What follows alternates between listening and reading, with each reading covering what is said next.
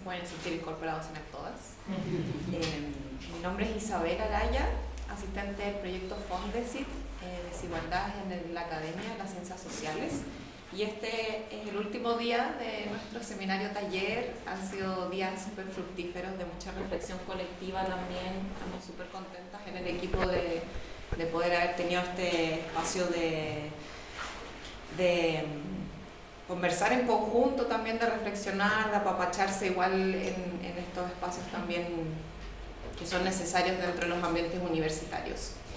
Y bueno, este es el último día, esta es la mesa número 6, la mesa sobre desigualdades laborales, que se llama Indecibles y Tácitas, desigualdades de género en la experiencia laboral de cientistas sociales en Chile.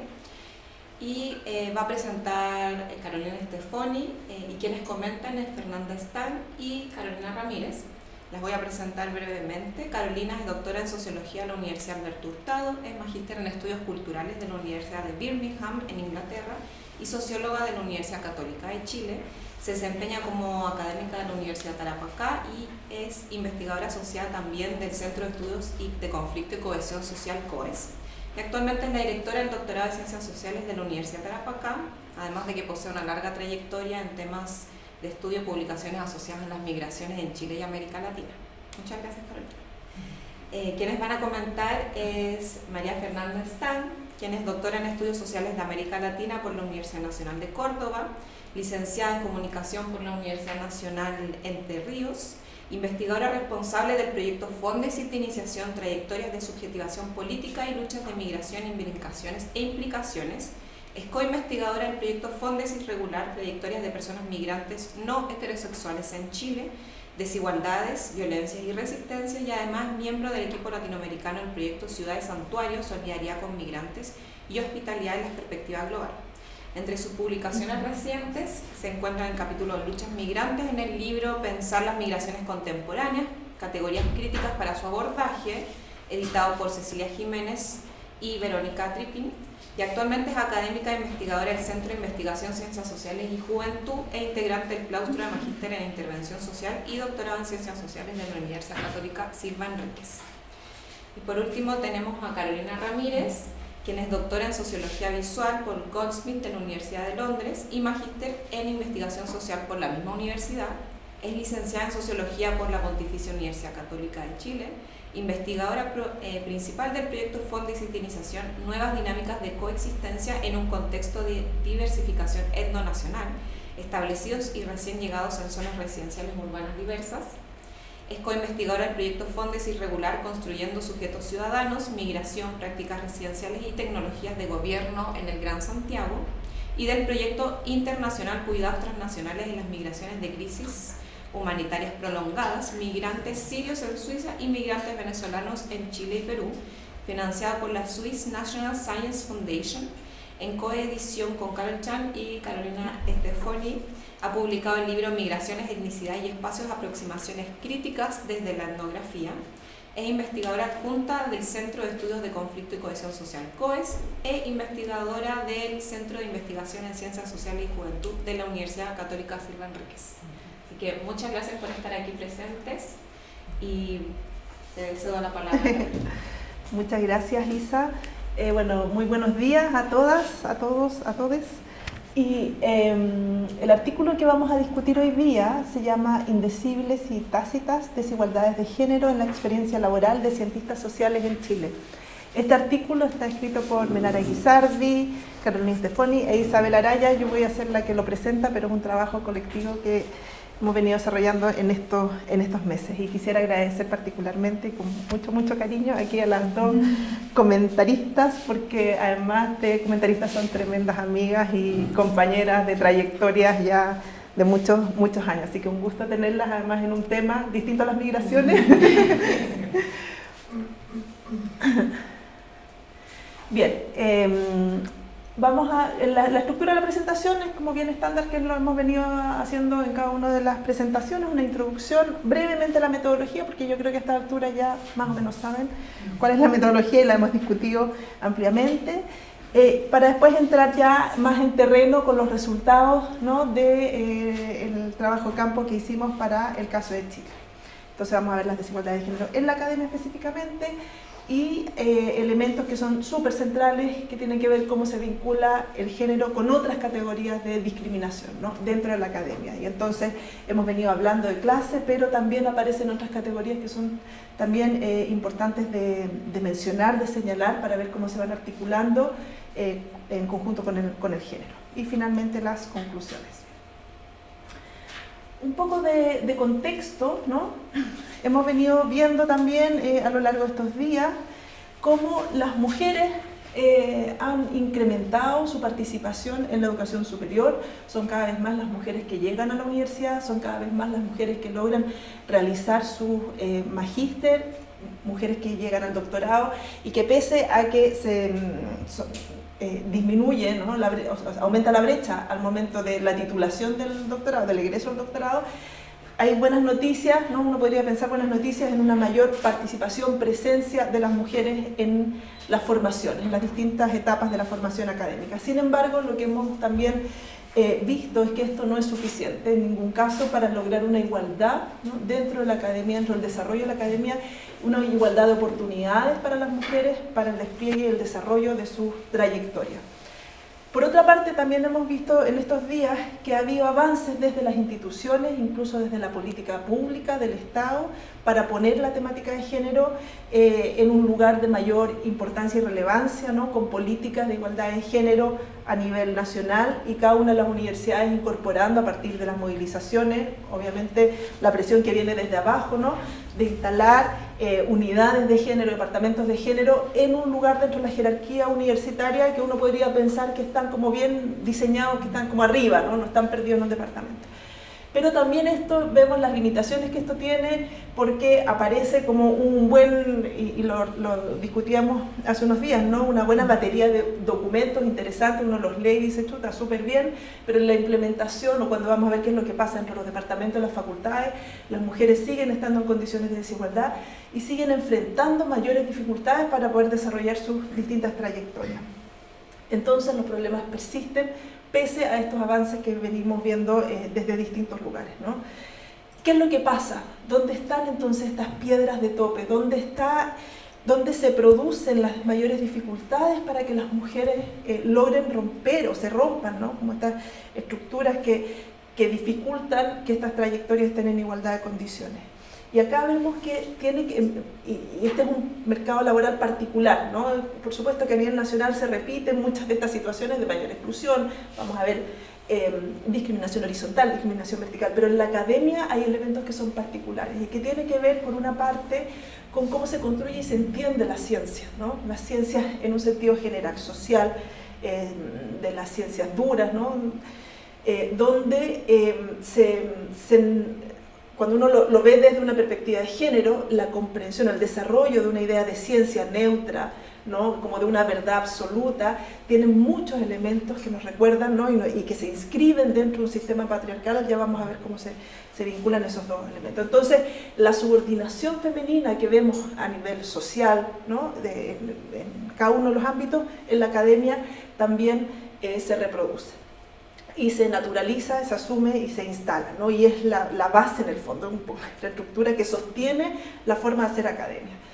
Entonces las mujeres aparecen son ubicadas, ¿no?, dentro de posiciones como de mayor inferioridad, y no solamente inferioridad, sino también externas a esta idea a esta forma de construcción de lo universal, ¿no?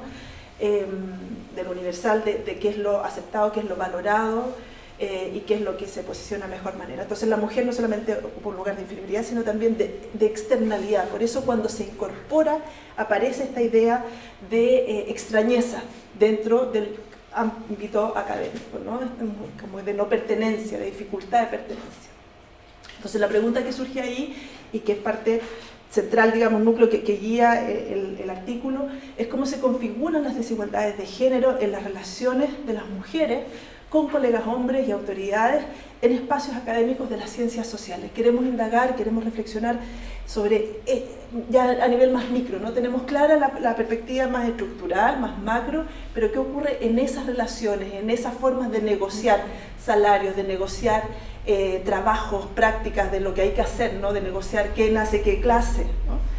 Porque ahí en esas relaciones micro es donde se empieza a reproducir una vez más estas situaciones y estas condiciones de desigualdad. Entonces el objetivo es analizar los rasgos generales de las inequidades de género enfrentadas por académicas de las ciencias sociales en Chile en su relación con los colegas hombres y autoridades en estos espacios académicos. Algunas herramientas metodológicas de esto, de estas reflexiones que tenemos, 3 elementos, ¿no? O sea, hay una batería de autoras y autores que trabajan esto y que los incorporamos en el artículo, pero algunos elementos que quisiera como destacar. Por una parte, el trabajo que se viene desarrollando en torno a la desigualdad de género, pero visto ya desde la academia, desde la forma, lo que decía, ¿no? La forma de construcción de la ciencia. Y la ciencia, las ciencias, ¿no? Y el desarrollo del conocimiento, en términos quizás como más epistemológicos, responden a una cosmovisión eurocéntrica, ¿no? Es desde allí donde viene como este mandato de verdad, patriarcal y colonial. Y estas jerarquías que se instalan tan en la base de la comprensión de la ciencia, están también encuentran una expresión en la espacialización que conocemos, ¿no? De esta división entre lo público y lo privado, ¿no? El espacio público y el espacio privado, están relacionadas. En el espacio público sabemos que está y que abunda, ¿no? El prestigio, es ahí donde se obtiene el prestigio y es ahí donde se obtiene o se desarrolla las comprensiones como universales, ¿no? Lo que se dice ahí tiene categoría de verdad absoluta y por lo tanto de universalidad. En cambio, en el espacio privado, los saberes que se producen ahí en estos espacios privados son saberes que son subvalorados, no pertenecen a estas otras condiciones, ¿no? de reconocimiento de verdad que están en el espacio público. Entonces los saberes y la participación de las mujeres en esos saberes, y no solamente de las mujeres, sino también de otros grupos discriminados, parten desde un lugar de subvaloración en este entramado, ¿no? En esta distinción. Después hay otro concepto que nos pareció súper interesante de rescatar acá en este artículo, la idea de las cosas indecibles, ¿no? Y Tácitas es lo que da el origen al título del artículo. Y la idea, y esto refiere a que en estos espacios de la academia, la dificultad que existe, que tenemos para lograr nombrar las prácticas, ¿no? que ocurren en el cotidiano, las prácticas de discriminación, las podemos reconocer, están ahí, ¿no? Y las padecemos, pero la imposibilidad de nombrarlas, ¿por qué se produce esa imposibilidad de nombrarlas? Porque al momento de nombrarlas también las socializamos y somos capaces, en el lenguaje, ¿no? de construir una realidad distinta, pero al no poder nombrarlas, pese a que somos conscientes del dolor que eso puede causar, tiene en parte, ¿no? que ver con que al nombrarlas rompemos de alguna manera este hacer, ¿no? Esta forma de hacer ciencia. Es reconocer estas debilidades, estos problemas, estas desigualdades, es como decir, bueno, si lo dices y lo nombras, corres el riesgo de quedar fuera, ¿no? De expulsión de este ámbito. Si estás acá, tienes que jugar las reglas del juego que existen acá, ¿no? Es una forma de hacer academia que es muy hegemónico, y hacer algo distinto a eso, entonces caes en la sospecha, caes, bueno, si no te gusta, te vas, ¿no? Entonces eso hace que se instale como una dificultad enorme para poder compartir, para poder decir, reconocer, en el espacio público, por supuesto, y queda muy, entonces, en la relación con las colegas, algo como muy en lo privado, ¿no? Entonces, dificultad para sacarlo en lo público. Y el otro elemento que nos encontramos, pero que va a ser también materia de trabajo de la próxima ponencia, tiene que ver con los cuidados. Y cómo en esta distinción de lo público y lo privado que se reproduce, ¿no? Cuando las mujeres participan en la academia, se traslapa de alguna manera toda esa la asunción, ¿no? de que las mujeres tienen que cuidar, se traspasa al espacio público, al espacio laboral, al espacio de la academia. Entonces ahí bueno, se producen todas las sobrecargas laborales que tienen que ver no solamente con mucho trabajo, sino con trabajos además de cuidado. Pero eso va a estar más trabajado después. En la metodología, muy brevemente, el uso de la etnografía feminista, ¿no? Bueno, que ya lo hemos discutido, así que no me voy a detener ahí porque si no me largo a hablar y no termino nunca. Son 50 entrevistas a lo largo de Chile. Y que en realidad son relatos que agradecemos como enormemente porque son de una de una transparencia por una parte, pero de una generosidad también por otra, de haber compartido con nosotros sus experiencias, muchas veces desde niñas, con sus historias familiares, que nos han permitido identificar la relación que existe también, ¿no?, entre esas historias familiares y lo que hoy día ocurre en esta idea también de poder poner en conjunto, ¿no?, nombrar en conjunto todas estas experiencias, porque no son experiencias individuales, vemos que son experiencias que se repiten. Entonces, bueno, todas las entrevistas dan origen a distintas categorías de análisis, y lo que vamos a estar tratando acá tiene que ver con la inserción en la academia, ¿no?, y las desigualdades de género que se producen en este trabajo en particular. Entrevistas a lo largo de todo Chile, en el norte, en el centro y en el sur. Lo interesante acá es que también, lo tenemos que seguir trabajando un poco más, pero también es interesante las diferencias que ocurren en las macroregiones, ¿no? Es distinto, muy distinto lo que ocurre en el centro de las regiones extremas, y ahí también es interesante poder considerar y profundizar un poco más cuáles son las razones de esas diferencias. No hay una inserción, no es un modelo unívoco, ¿no? No es una situación unívoca igual en todos los lugares. Hay matices, hay diferencias que tienen que ver con los distintos contextos. Perfil de la muestra, a promedio 44 años. En general se trata de una población que no se reconoce, o sea, nos costó mucho encontrar casos, ¿no?, que se autoidentificaran con pueblos originarios o afrodescendientes. Algunos son bien poquitos. No quiere decir que no haya, sino que quiere decir que cuesta encontrar, y cuesta también la autoidentificación, ¿no?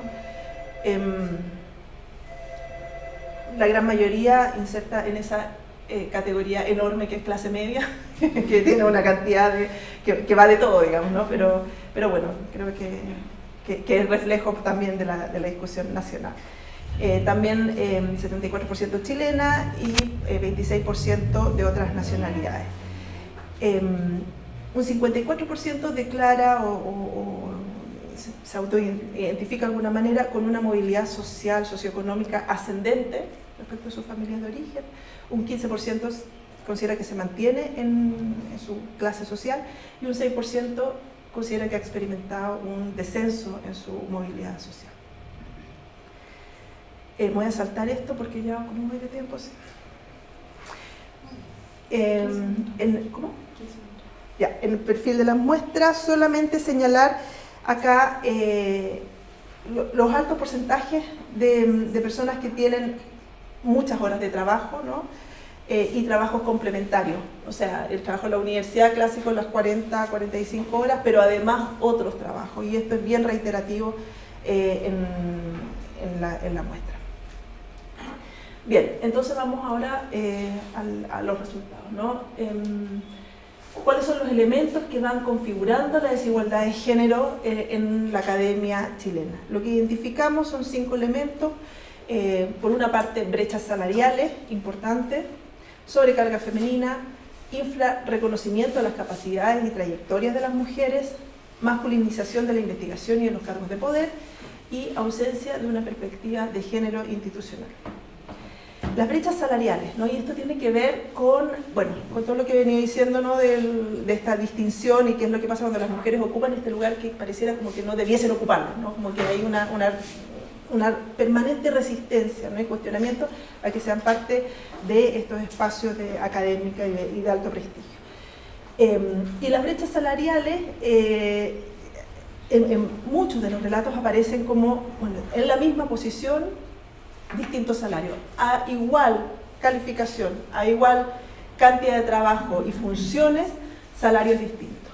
La razón que las instituciones entregan, o la razón que los hombres plantean y la razón que las mujeres reproducen, digamos, de las conversaciones, de manera crítica, por supuesto, en el caso de las mujeres, es que el hombre es el proveedor. Entonces, la persistencia de esta idea de un hombre proveedor y la mujer como un salario secundario, ¿no?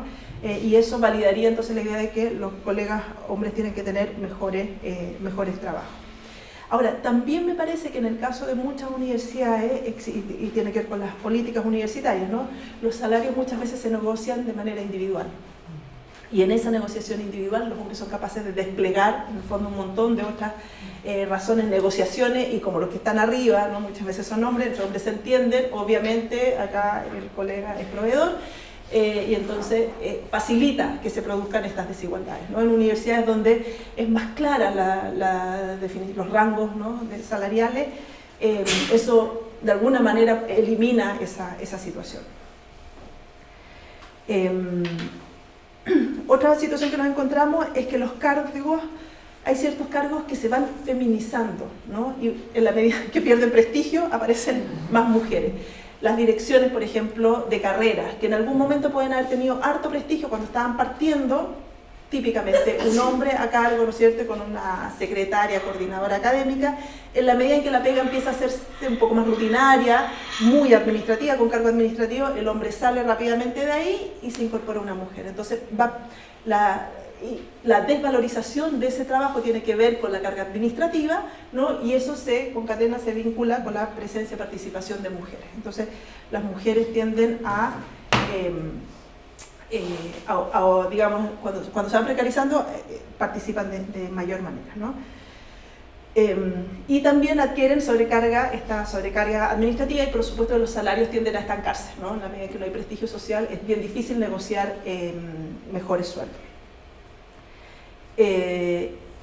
Y también ocurre, ¿no?, que las mujeres son contratadas por determinada cantidad de trabajo y empiezan a pedirle y exigirle otras funciones que no estaban en sus contratos. Muchas veces no se paga por esas otras funciones, o con un bonito por aquí y por allá, como de dulce, ¿no? Y tienen que hacerlo, y entonces, bueno, eso también van construyendo, contribuye a definir, ensanchar, digamos, esta brecha salarial. Entonces son distintos mecanismos por los cuales se va construyendo. Pero la sobrecarga femenina en el trabajo, ¿por qué? Porque las mujeres terminamos haciendo tanto trabajo en la academia, porque es reiterativo, están todos y cada uno de los relatos. ¿Cómo llegamos ahí, no?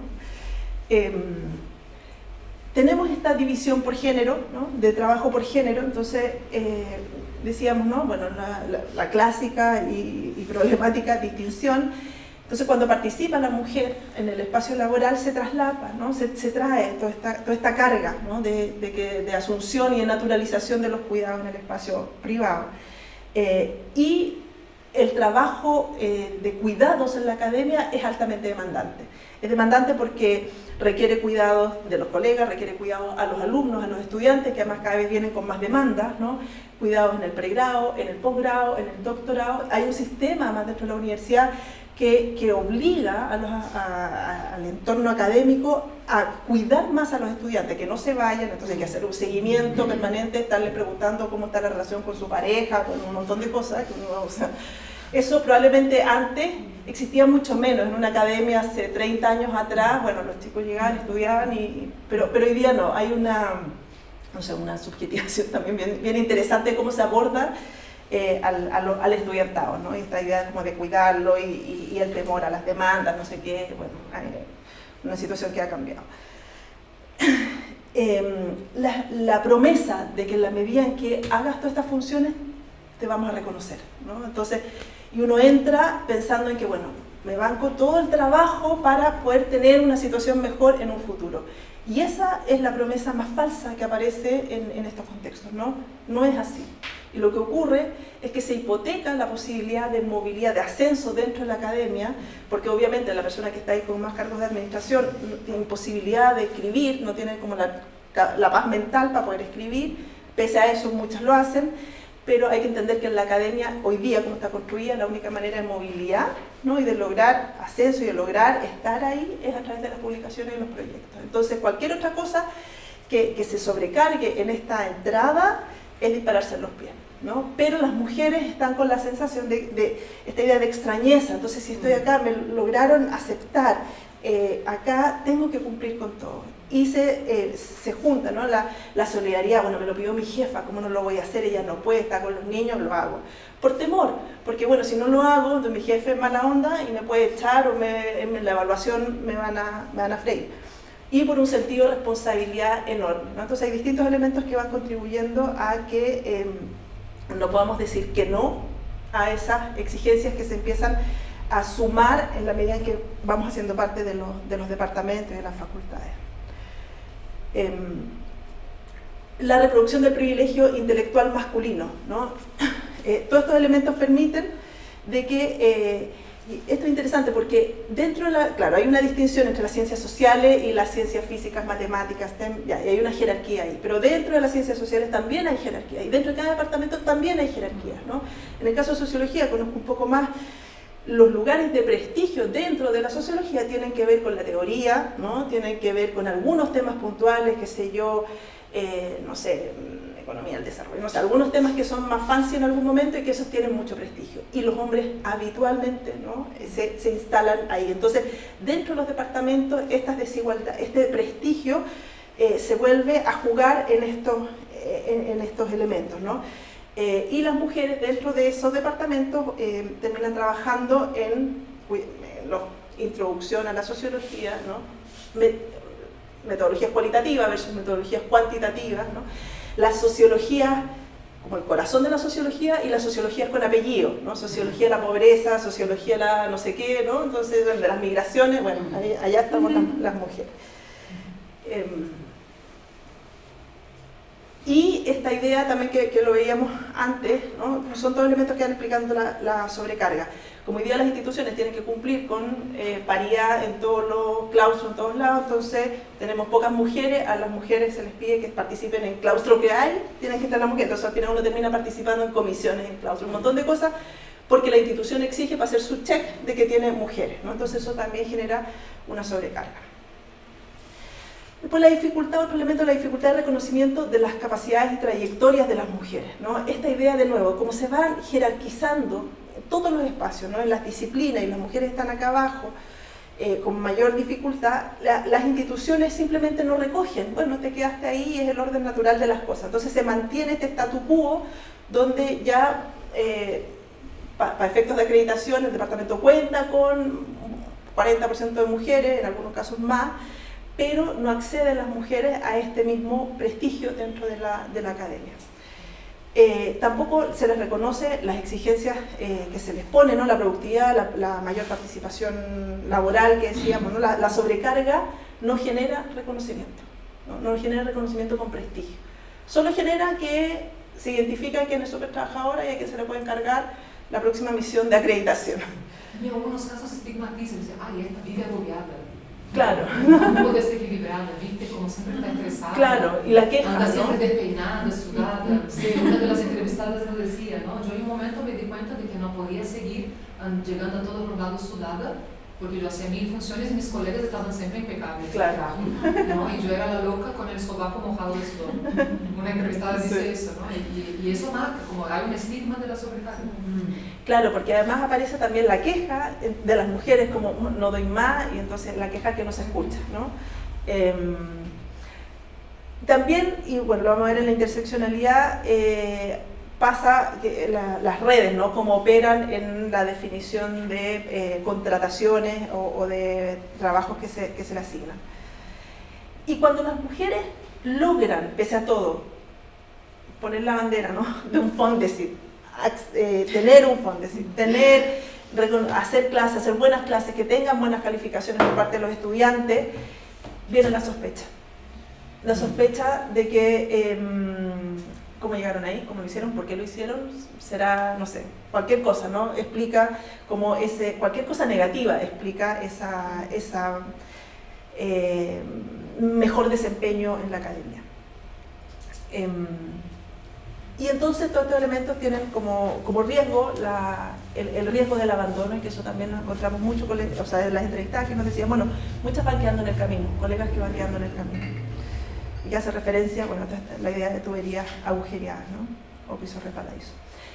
Masculinización de la investigación y de los cargos de poder. Entonces tenemos este prestigio que se distribuye, ¿no? Desde aquello que hacen los hombres, ¿no? y aquello que hacen las mujeres, ¿no? Y lo que hacen los hombres tiene más prestigio en investigación, y también en los cargos de poder. Claro, ya no son los directores de carrera, entonces son los directores de departamento y los decanos. la investigación como cosa de hombres, ¿no? Y esto uno lo ve, me imagino que todos aquí han participado en reuniones de departamento, y es tan frecuente, ¿no? Como los hombres echados para atrás, planteando como la teoría, ¿no? Y el vuele por acá, y las mujeres acá tomando nota de cada una de las ideas, y después quien operacionaliza todas las maravillosas ideas terminan siendo las mujeres. Entonces, esta posición dentro de los departamentos, ¿no? de los hombres, de sentir que ellos son los que tienen las ideas brillantes.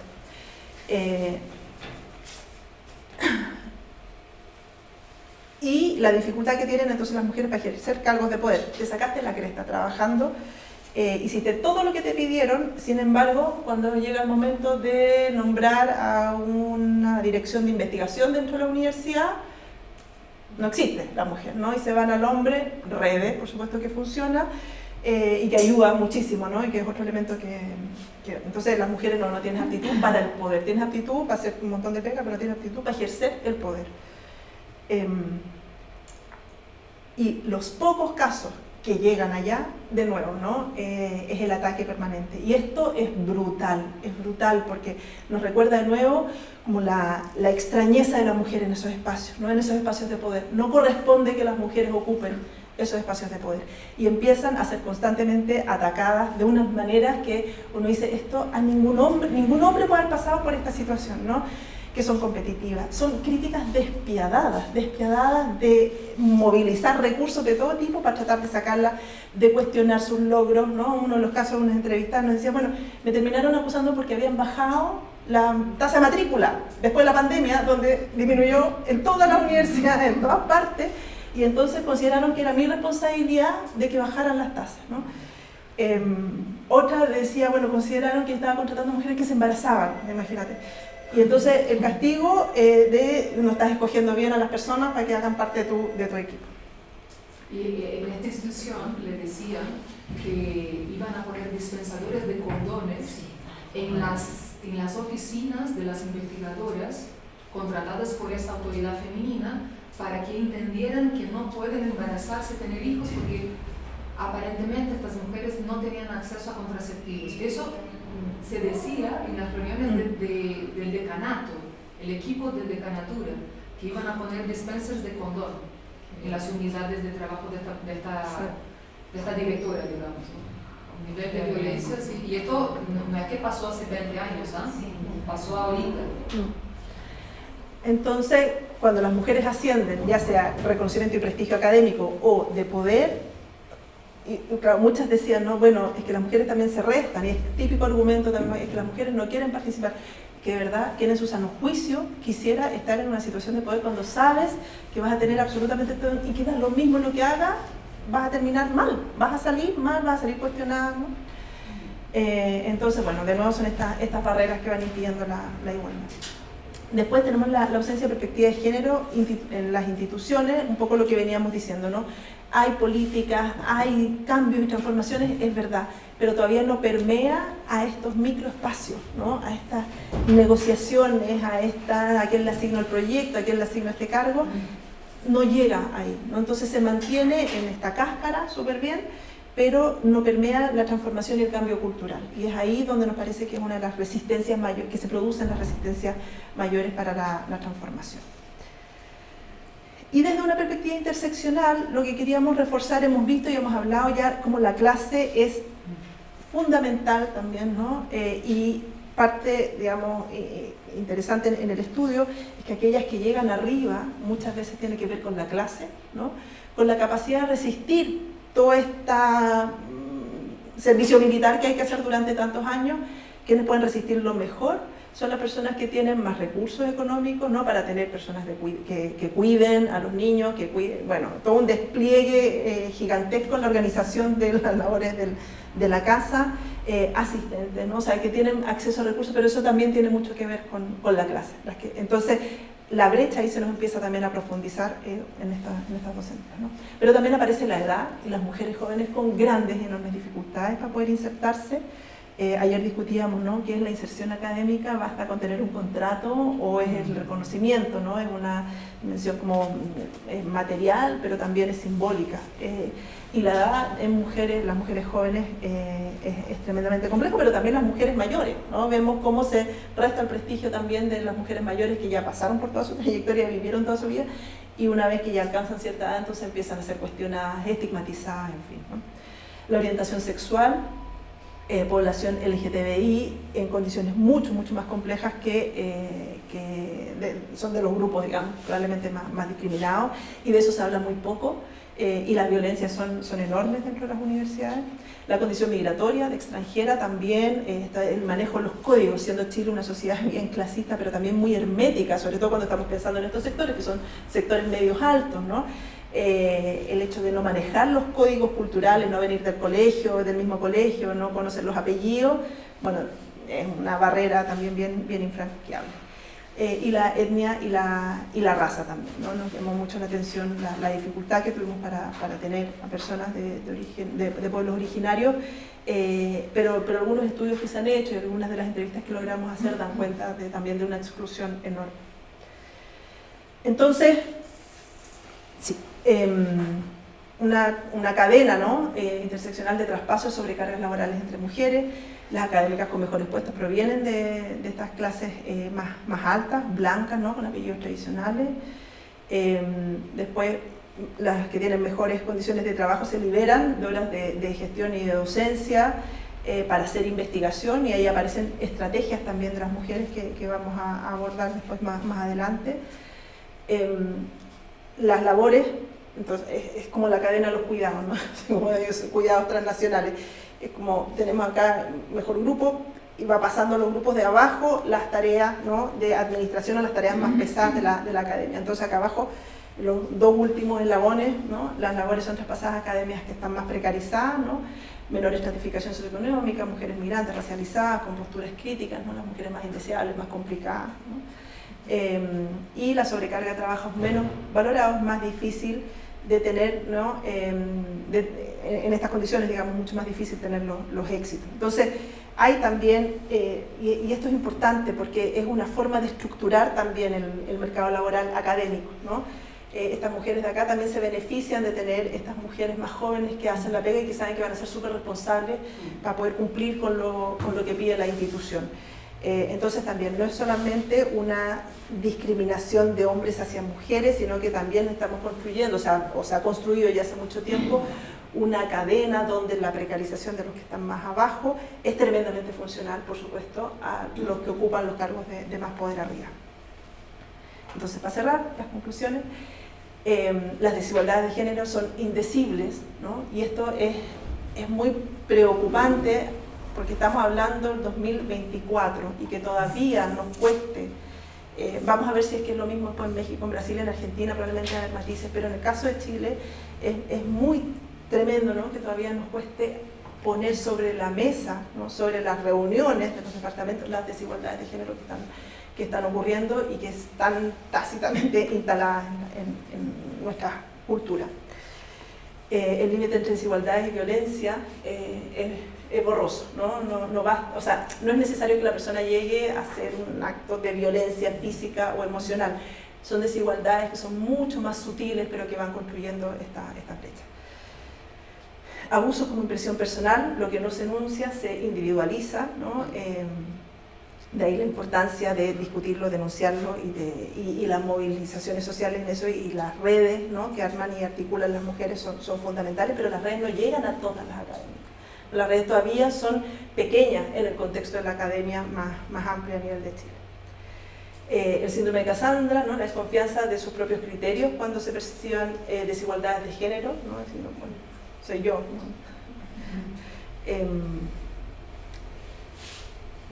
Y las resistencias en bajar estas transformaciones a las prácticas diarias. Y la sobrecarga de mujeres en funciones académicas asociadas al cuidado, ¿no?, la masculinización de la investigación y el poder, y la feminización de las labores de cuidado dentro de la academia. Ahí.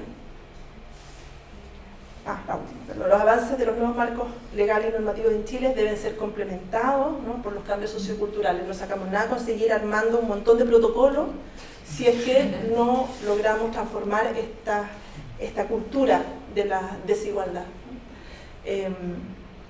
Y una demanda por institucionalizar espacios de debate en las unidades académicas y cuestionar las formas en cómo educamos a las nuevas generaciones. Estoy pensando quizás de una manera un poco más prospectiva. Aquí varias tenemos funciones, cargos, ¿no? Estamos educando, estamos formando, entonces tener siempre muy presente no solamente estar alerta a las desigualdades que se generan, sino también institucionalizar estos espacios de debate, que creemos que es una buena forma, ¿no?, de por fin nombrar. Gracias.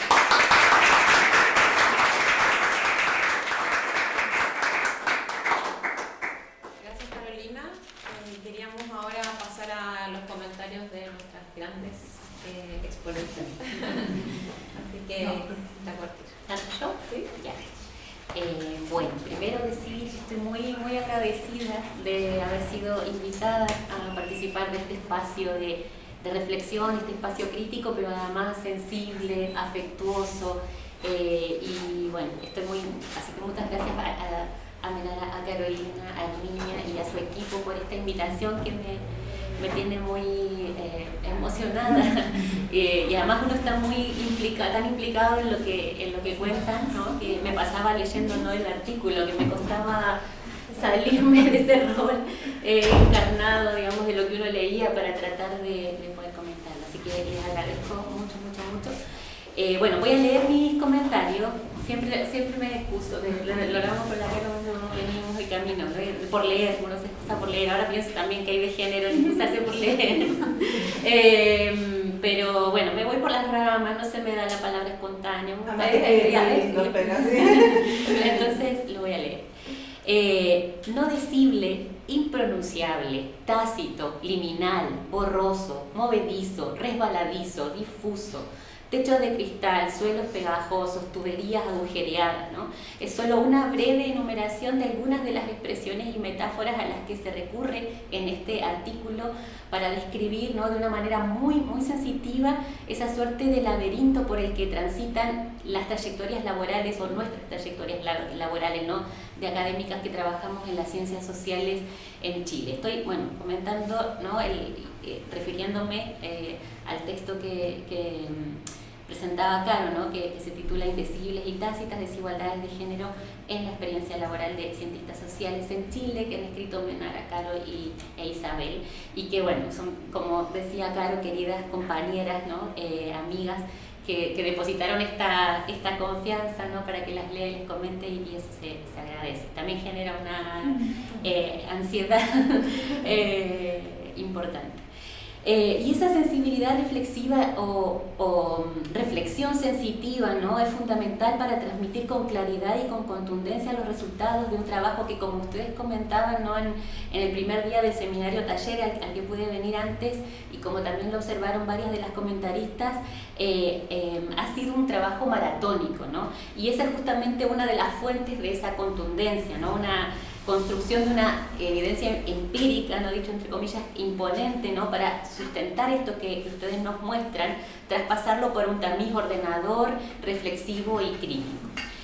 No decible, impronunciable, tácito, liminal, borroso, movedizo, resbaladizo, difuso, techos de cristal, suelos pegajosos, tuberías agujereadas. Lo repito porque estas palabras, imágenes que ustedes utilizan logran de un modo casi literario, decía, ¿no? Pienso, ¿no?, reconstruir, ¿no?, con un guión intermedio, una atmósfera de trabajo que por momentos se nos vuelve asfixiante, ¿no? Y por eso me pareció útil la idea del laberinto, ¿no?, a la que aludía, para pensar en las trayectorias, ¿no?, porque nos permite pensar de manera muy gráfica cómo operan estos mecanismos que ustedes vislumbran, ¿no?, con esta tipología de inequidades que nos presentan en el artículo y que ahora expuso Carolina, ¿no?, sobre nuestras trayectorias académicas, ¿no? Un laberinto es un espacio limitado permanentemente de manera arbitraria, ¿no?, que se recorre con un propósito claro, que llegar a un punto, ¿no?, la salida, pero que despliega una infinidad de obstáculos que van disipando nuestra energía para llegar a ese punto, ¿no? El laberinto también es un dispositivo que tiene la astucia de impedir la mirada de conjunto, ¿no? Nos oblitera la perspectiva, ¿no? Y además desincentiva el encuentro de quienes están recorriendo ese laberinto, ¿no? Y eso es algo muy parecido a lo que ustedes nos cuentan que ocurre con nuestras trayectorias laborales en las ciencias sociales, en la academia chilena. Entonces pienso, ¿no?, que este artículo nos habilita esa perspectiva que oblitera el laberinto, y en ese sentido yo creo y espero, ¿no?, firmemente que pueda tener también impactos políticos además de analíticos y teóricos, ¿no? Porque ver que eso que sentimos en nuestro trabajo cotidiano nos sucede a tantas no debería pasar de manera inadvertida, no debería ser inocuo, ¿no? Y por eso tenemos que lograr que nos leamos más que solo las 4 que ustedes decían irónicamente el primer día, ¿no?, en referencia a la endogamia en la lectura de los papers, ¿no? Tenemos que multiplicar esta voz, tiene que pasar algo con esto, esa es mi esperanza. Bueno, y ahora sí voy con algunos alcances para tratar de responder a la expectativa que se pone en una comentarista. Espero estar a la altura y que les haga sentido, ¿no? Otra de mis impresiones de lectura, ¿no?, la primera es toda esta que les estuve contando hasta ahora, es que esa estructura ordenadora a la que se recurre para exponer y analizar ese cúmulo enorme de evidencia empírica que está detrás de estos fragmentos que han seleccionado de discurso ustedes, ¿no? Es decir, esta estructura de los 4 mecanismos, bueno, 5, ¿no?, pero están agrupados en 4 títulos, de esta tipología de inequidades, y por otra parte los alcances que ustedes hacen desde la perspectiva interseccional, a la vez que permiten ordenar ese recorrido reflexivo que nos lleva, ¿no?, a las conclusiones. De alguna manera mi impresión era, ahora que escuchaba a la Caro decir, bueno, no tanto, pero en el texto un poco fragmenta en cierto modo la mirada del dispositivo, que es esta academia neoliberal, androcéntrica, elitista, colonialista, heterocisnormada, edadista y puntos suspensivos en Chile, y obviamente no solo en Chile, ¿no? Y sé que esto puede sonar como una pomposa categoría de trinchera, todo esto de la academia neoliberal, bla, bla, bla, bla. Pero creo que también en ese calificativo, ¿no?, ese juicio crítico respecto de cómo lo nombro, nos impostamos un poco en cierta postura como de desafección cientificista, ¿no?, que pienso que de alguna manera es un mecanismo de esta academia para despolitizar, ¿no? Ahora, no estoy sugiriendo que se debería renunciar a esa grilla ordenadora que ustedes proponen, ¿no?, al menos la de los 4 mecanismos, ¿no?, que nos presentaron. Respecto de la mirada interseccional después hago otro alcance, sino más bien pienso que hace falta enfatizar en cada uno de ellos los engranajes que lo hacen parte de este dispositivo marco, ¿no? Porque eso nos permitiría también, les permitiría poner un poco más de relieve el carácter estructural del género, ¿no?, aunque yo a veces prefiero hablar de sexo y género. Ese carácter estructural que tiene en la expropiación del trabajo, del tiempo y de las energías vitales de las mujeres en la academia, ¿no? Y lo de energía vital lo digo a propósito porque también permite traer a un primer plano el cuerpo, ¿no? Y por eso también hablo de lo sexo-genérico, no solo del género, ¿no? Igual, claro, ahora que escuchaba, Caro, el énfasis de ustedes, la mirada estuvo puesta en lo micro, ¿no? Entonces quizá mi comentario no les hace tanto sentido, pero en mi impresión de lectura me tenía esa sensación.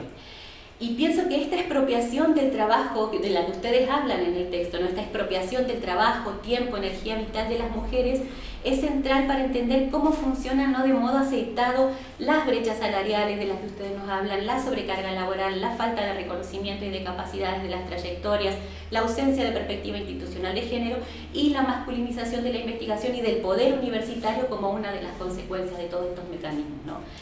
Y en estrecha relación con esto, creo que la noción esta que ustedes proponen de cadena interseccional de traspaso de sobrecargas laborales es una muy acertada traducción categorial de este dispositivo de expropiación, ¿no? Entonces las migraciones. Claro. Sí, con la cadena de cuidado. Sí, que viene de ahí, pero pienso que es muy útil para graficar justamente cómo se aceitan, cómo están aceitados estos engranajes, ¿no? Podríamos hablar también de una cadena interseccional de expropiación del tiempo, la energía vital, el cuerpo de las mujeres en la academia, ¿no?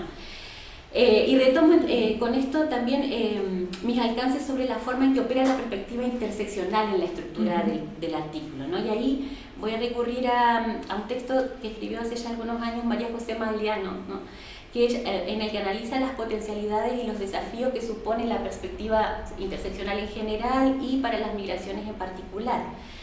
Uno de esos desafíos, ella dice, le pone lo llama un desafío metodológico. Yo no estoy diciendo que en el caso del texto se traduzca un desafío metodológico, pero ella lo llama así, ¿no? Y la voy a citar, ¿no? ¿A qué se refiere? Dice, una de las tensiones reside en el hecho de que mientras la perspectiva interseccional ha trabajado en pos de discutir aquellos enfoques que conciben a las identidades en términos aditivos, ¿no? Por ejemplo, género más raza, más etnicidad, más sexualidad, más clase igual, identidad compleja, y de reflexionar sobre los procesos sociales de categorización a través de las estrategias desplegadas por los sujetos en contextos de exclusión y opresión.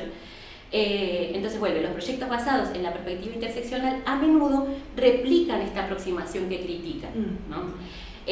Una persona no enfrenta lógicas de exclusión a partir de la suma de ejes de desigualdad, sino que su propia posición se constituye por la intersección de estos ejes, ¿no?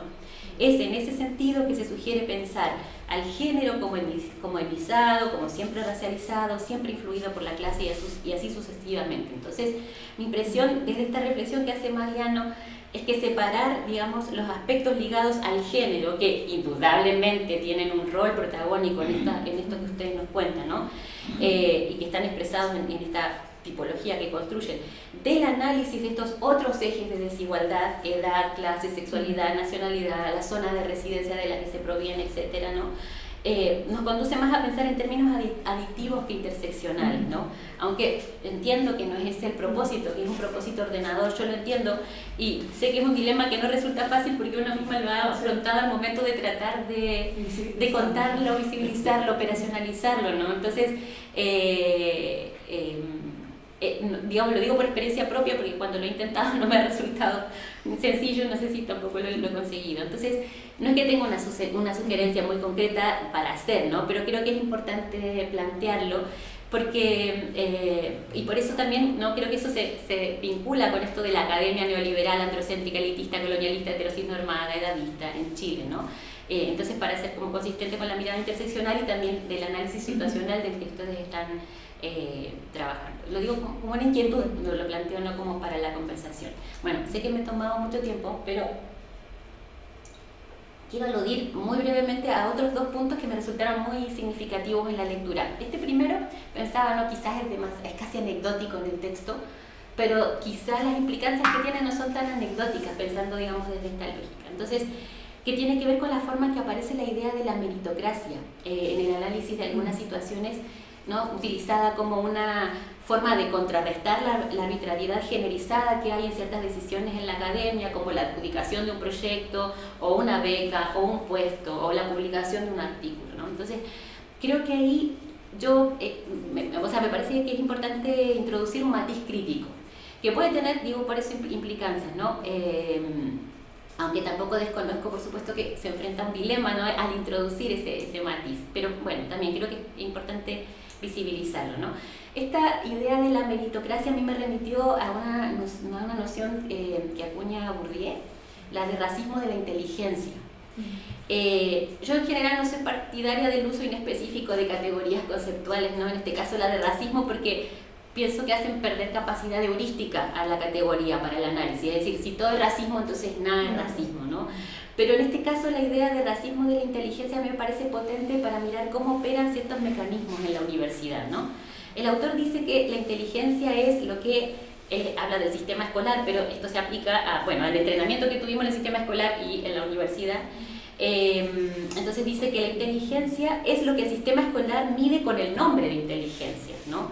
La propia psicología, ahí lo estoy citando, ¿no? La propia psicología, al menos en los test de inteligencia, es producto, dice, de determinantes sociales que son el principio del racismo de la inteligencia. Un racismo propio de las élites que tienen intereses en la elección escolar, de una clase dominante que extrae su legitimidad de la clasificación escolar. La clasificación escolar, lo sigo citando, es una clasificación social eufemizada, por ende naturalizada, convertida en absoluta, una clasificación social que ya ha sufrido una censura, es decir, una alquimia, una transmutación que tiende a transformar las diferencias de clase en diferencias de inteligencia, de don, es decir, en diferencias de naturaleza, ¿no? Entonces, como mujeres en la academia hemos sido entrenadas desde muy chiquititas, ¿no? En este racismo, que traducimos en notas, en puntajes que se asignan a proyectos, en evaluaciones de artículos, ¿no? Y y aceptamos esa regla y la encarnamos, ¿no? Por eso hablamos de preferimos la meritocracia antes que el pituto, obviamente. Por eso digo que igual introducir ese matiz tiene sus consecuencias y hay que darle la vuelta, ¿no? Pero de esa forma también contribuimos de alguna manera en poner en un segundo plano que indudablemente eso está asociado a nuestra clase social de origen, a la infraestructura educativa del lugar en el que nos escolarizamos, ¿no? A nuestras características étnico-raciales, a nuestra construcción sexogenérica y un muy complejo etcétera, ¿no? Entonces, eso por un lado, y esto a su vez se relaciona con otra gran madeja, que es cómo se articula esa meritocracia con el individualismo potenciado a la vez por el Estado y por empresas universitarias que nos ponen a competir por fondos de investigación que se asignan supuestamente sobre esa base meritocrática, ¿no? Entonces ahí también hay todo es parte del mecanismo de este dispositivo. Y la última cosa, ya para cerrar, para no abusar del tiempo, es, bueno, otro de los puntos de lectura que me resultó muy significativo, porque se me hizo carne, ¿no? Es esa imposibilidad a veces de ver o en otros casos de dudar de lo que se ve y se siente, ¿no? Esto es lo que ustedes llamaban el síndrome de Cassandra, que ahí también hay una clase pero menor, pensando en mi compañera Antonia Lara, que me introdujo a la crítica del síndrome de Ulises, ¿sí? Como esto de sindromizar las cuestiones sociales, como que, bueno, eso. Son psicológicas. Sí. Bueno, entonces decía, vuelvo, porque me perdí. Entonces, esa imposibilidad de ver o esa duda respecto de lo que se ve y de lo que se siente, ¿no? En relación con nuestras experiencias propias de desigualdad de género que experimentamos en nuestras trayectorias académicas, ¿no? Eso se me hizo muy, digamos, se me hizo carne en la lectura, ¿no? Ustedes dicen textualmente, lo cito porque me parece muy potente la manera en que lo dicen, ¿no? El efecto de esta estructuración en la configuración de las sensibilidades no masculinas, dicen ustedes, puede ser tan brutal que incluso mujeres entrenadas para cuestionar las naturalizaciones del mundo social, como las investigadoras, podemos pasar años atravesando experiencias de desigualdad y violencia en espacios laborales sin comprender que estas son en realidad un fenómeno que atañe a las reproducciones de las asimetrías de poder marcadas por el género, la racialización, las edades y las experiencias de clase, ¿no? Entonces, pensaba a propósito de esto en las dificultades de la autorreflexividad, ¿no? Que es esa misma autorreflexividad que nos exigimos como investigadoras, ¿no? Para pensar nuestro rol en los procesos de investigación, pero puesto en nuestro lugar en la academia, así como una meta autorreflexividad también, ¿no? Y también pensaba que en esta invisibilidad, en esta opacidad, en esta duda, hay una prueba de la astucia del mecanismo, ¿no? De la eficiencia de ese laberinto, ¿no? Que además es esa misma astucia que nos dificulta construir tejido social en las universidades, que es ese mismo tejido social que como investigadoras vamos a buscar en otros espacios, ¿no? Y entonces vuelvo con esto ya para cerrar a la esperanza política que nos deja este trabajo que ustedes están haciendo, ¿no? Que es la necesidad imperiosa de transformar este continuum del que hablan ustedes de desigualdad, violencia de género, ¿no? Esto de que esta difusión entre la desigualdad y la violencia es como continuo, ¿no? Y que en tanto que es estructural y en tanto lo pensamos interseccionalmente, implica también la enorme tarea de transformar este dispositivo académico y todo, ¿no? En su totalidad. Eso, gracias.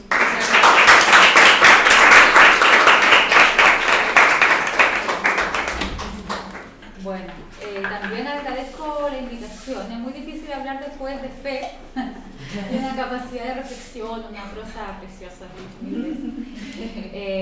pero también es difícil comentar esto, como también decía Fernando, sin uno implicarse, porque uno no puede evitar asociar esto a experiencias propias que ha observado nuestros colegas. Y nada, también, bueno, agradecer el espacio para pensar en estos aspectos, ¿no? Que al ser indecibles muchas veces no nos detenemos, esta trampa que decía Fer, que detrás de la idea de meritocracia terminamos trabajando un poco sola y aislada. Yo quizá hice un ejercicio como más personal, en ese sentido como pensando, bueno, no sé personal, pero quiero referirme a 3 aspectos, que 2 tienen que ver como con los registros emocionales que me invadían mientras leía este texto, ¿no? Que me acompañaron, me desbordaban mientras lo leía, que son emociones mías, pero también creo que tienen que ver con lo que evocan las personas que entrevistamos. Lo primero es una emoción de un sentir de tremenda soledad, ¿no? Creo que y también, como decía Fer, es una emoción propia de la academia neoliberal, ¿no? Y la segunda es un sentido de profunda desorientación también. Fer habló de atmósferas de trabajo, ¿no? Y esas atmósferas de trabajo son también atmósferas afectivas. Y lo segundo que me quiero referir es al tema de la visibilidad, porque ser visible, invisible, son nociones que tienen un lugar importante también en el texto, ¿ya? Entonces, soledad. Y voy a decir muchas cosas también que Fer dijo, pero quizás de otra manera, con otros énfasis. Pero claro, efectivamente esta sensación es inseparable de las directrices neoliberales, ¿cierto?, que hoy permean el sistema educacional chileno, y no solo en relación con los lineamientos de productividad, ¿no? Y creo que esto es importante destacarlo, sino que también en relación con la atomización de nuestras funciones, ¿ya? Nuestras tareas, nuestras labores, que se promueven tras la idea de meritocracia, que nos vamos encontrando en algunas ideas, no permite que nos miremos mutuamente a la cotidianidad. Esta invitación también que hacía Carolina al final, ¿sí?, ¿no? Cómo esto tiene que ser parte de una cultura cotidiana, ¿no? Y la construcción quizá de espacios de cuidado por parte de nosotros. Y sin duda es impresionante ver cómo estas mujeres se están preguntando si lo que están viviendo son realmente tratos desiguales, son maltratos, son situaciones de abuso, cuando es como evidente, ¿ya? Entonces eso también es muy brutal, ¿ya? Que no seamos capaces de verlo, de nombrarlo, ¿no? Y la provocación que hacen aquí Menara, las autoras, ¿no?, en relación con la noción de lo indecible. Y esto conlleva un riesgo que ustedes mencionan, pero creo que sería interesante también destacarlo más, que lo menciona Fardela, que esta situación de aislamiento y la dificultad para construir apoyos mutuos para denunciar las desigualdades en la academia por parte de las mujeres, ¿no? Nuevamente, la soledad, ¿no?, como algo que está ahí imperando. Y esta dificultad para tejer lazos de apoyo, y agregaría, bueno, lo dijo Carolina, con esta idea del miedo, ¿no? Porque como dice Sarah Ahmed, y se puede ver en las experiencias que ustedes mencionan, cuando las mujeres denuncian un problema, se transforman en el problema, ¿sí? Te transformas en la feminista o a fiestas, dice ella, ¿no? Te incomoda revelando lo que nadie quiere ver.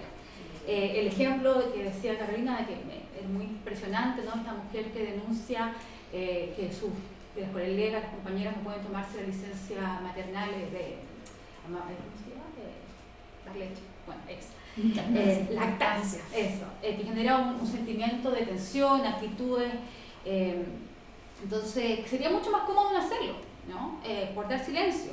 Y este texto entonces nos hace esa invitación, ¿no?, a superar lo indecible. Es un texto, yo creo, bastante político en ese sentido, quizá no de una manera tan directa, pero yo recuperaría ese mensaje en las conclusiones, ¿no?, esta invitación. Y no podemos hacerlo solas, ¿no?, menos si estamos en esa situación de vulnerabilidad, viviendo esas agresiones. Entonces creo que es importante también eso, ¿no?, como pensar en estas colegas quizás tan solas. Yo me imagino a las colegas como yendo a la marcha, organizándose en asamblea, haciendo estos documentos, después vuelven al escritorio, después de nuevo arman los documentos, ¿no?, se articulan a rato, lloran juntas en el almuerzo, pero después vuelven a escribir solitas ahí, y van a estar más llenando el Excel y todas estas cosas. Entonces ahí yo creo que hay no sé, un desafío tremendo de superar nuevamente, ¿no?, esta construcción de una cultura cotidiana, ¿no?, monitorearnos y no sé que ojalá tuviéramos la respuesta, ¿no?, pero hay algo ahí que abordar.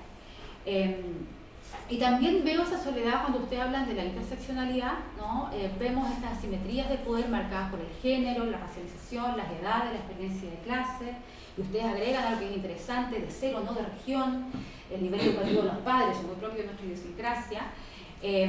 Pero ¿qué pasa con esta dimensión más productiva y más subversiva de la interseccionalidad, ¿no?, que es esta posibilidad de formar coaliciones, movilización social? Yo sé que entre todos los artículos que ustedes están produciendo, que es impresionante, yo sé que en alguno de ellos ustedes hablan de la estrategia, ¿ya? Pero creo que sería importante al menos anunciar si algunas de las mujeres que ustedes entrevistaron a partir de estas experiencias están involucradas. Creo que mencionan algo de eso, pero si están involucradas en algún tipo de iniciativa a partir de estas experiencias. El sentimiento de desorientación también es como sumamente interesante, y que tiene que ver, ¿cierto?, con el intento que ustedes mencionan, solamente quizás aquí estoy como womansplaining, diciéndolo de otra manera, hacerse cargo de un lugar, un espacio que ha sido tradicionalmente masculino, ¿no? Y eso es difícil, ¿no? Uno tiene que encontrar una forma, ¿no?, de hacerse camino, de hacerse un hogar allí. Y aquí me acordaba de un texto de Nirmal Púa, no está traducido, que no digo el título en inglés, se llama Space Invaders, Race, Gender and Bodies Out of Place, ¿no? Invasores del espacio, raza, género y cuerpos fuera del lugar. Entonces, lo que ella se pregunta en este libro es qué pasa cuando ciertos cuerpos que no se espera ocupen ciertos lugares lo hacen, ¿ya? Y esto se lo pregunta a ella mirando especialmente mujeres racializadas, de clase trabajadora, que ocupan lugares en la academia y también en la política, ¿ya?, en el contexto británico, y siendo ella también identificándose con esta experiencia. Y ella habla de que hay ciertos cuerpos que son la norma somáticos, ¿no? Cuerpo masculino, heterosexual, blanco, de clase alta, que encajan fácilmente en las instituciones sociales, y otros se posicionan como invasores del espacio, ¿ya?, como personas que están fuera del lugar. O bien, como ustedes también agregan, que están al lugar siempre y cuando lo hagan de cierta manera, ¿no? Ustedes hablan de los roles de género asociados al cuidado, y hay ciertos roles, ¿no?, la vinculación con el medio, los asuntos estudiantiles. Yo agregaría las labores de coordinación, ¿no?, que también me interesa, que son una forma de ordenar la casa, ¿no?, de la reproducción del espacio académico, ese hogar que todos habitan, aunque de manera desigual, como ustedes dejan súper claro, y con roles diferenciados, ¿ya? O sea, estamos siempre haciendo aseo. Este texto entonces también viene a hacer ese trabajo, ¿no? También viene a contribuir a esa pregunta, yo creo. ¿Qué pasa cuando una diversidad de mujeres viene a ocupar el espacio académico? Y no en sentido simplemente de evitarlo, de estar allí, sino de posicionarse en él como un cuerpo disruptivo, casi como lo ocupa a veces, ¿no? Entonces vuelvo aquí a la idea de desorientación, ¿no?, como que yo puedo percibir en este texto. Que la pregunta por una orientación, ¿cierto?, es muy profunda, ¿no? Y también Sarah Hamilton dice en un texto, en Fenomenología Queer, dice, no tiene que ver solamente con encontrar nuestros caminos, sino también cómo nos llegamos a sentir en casa en el mundo que habitamos, ¿ya?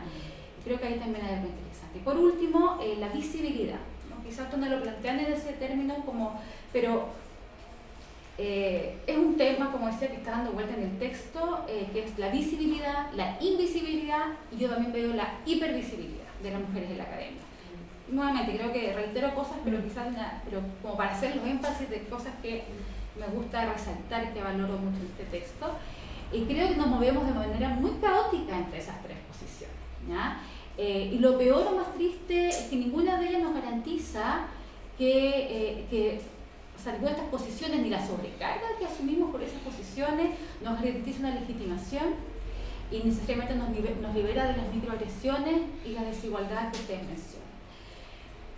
Primero, en el texto no aparece la visibilidad como una aspiración, ¿no? Una aspiración que lleva, por ejemplo, a asumir esta sobrecarga por el miedo a quedarse fuera. La sobrecarga se asume o se nos vende, porque nosotros muchas veces no elegimos ser tan visibles, queremos ser piolitos trabajando ahí, pero nos invitan, ¿no? Porque va a ser una forma de reconocimiento. Y una entrevistada decía, ¿no?, creo que es mucho más peligroso para las mujeres no hacer nada porque estamos muy invisibilizadas. Pero cuando las mujeres suben a la jerarquía, como decía Carolina, por no ser la norma, son hipervisibles. O sea, cuando se nombra a una mujer rectora, aparecen las noticias, ¿no? O sea, pobre rectora, que todos están mirando lo que ella está haciendo. Y creo que es importante ponerlo en esos términos, ¿no?, como los riesgos de la hipervisibilidad también. O sea, son puestos que logran, que están llenos de obstáculos, que se anhelan, pero que paradójicamente nos dejan más expuestas al escrutinio, ¿no? Se valora a las mujeres, ustedes dicen, con mayor rigidez y dureza en comparación con los hombres. Las mujeres perciben que enfrentan requisitos más estrictos. Y cuando cometemos errores, como decía Carolina, no acreditar un programa, ¿ya? Sin sopesar los aspectos contextuales que hay, se responsabiliza a las mujeres y ni siquiera se piensa en las autoridades masculinas que puedan estar sobre ellas, por ejemplo, ¿no? Y esto también me parece desorientador, ¿no? Y acá entonces aparece, ¿cierto?, la visibilidad como algo que se anhela, pero también como un arma de doble filo, ¿ya? Ustedes hablan de la trampa institucional, ¿cierto? Y aquí hay un dato que me abismó cuando ustedes contaban que la expulsión aumenta cuando hay mayor jerarquía, igual es fuerte, ¿no? Uno pensaría que la jerarquía te da cierta seguridad y los datos parecen como es algo distinto. Nuevamente, ¿no? Como el costo de ser hipervisible, ¿ya? Las pocas garantías que implica para la mujer tener ese cargo. Hipervisibles mujeres, pero me imagino más hipervisibles cuando son mujeres racializadas, son cuerpos que no están acostumbrados a estar en dicho espacio. Por cierto, la invisibilidad, o sea, estamos moviéndonos entre todos estos espacios, ¿no? Ya nos destacamos, entonces nos destacamos a veces también tanto que no nos quieren hacer brillar ciertos colegas, ¿no? Ahí hay una colega que contaba cómo pudo hacer clases solo un semestre, a pesar de haber tenido súper buenas evaluaciones docentes, porque parece que a sus colegas no les gustó que brillara tanto, ¿ya?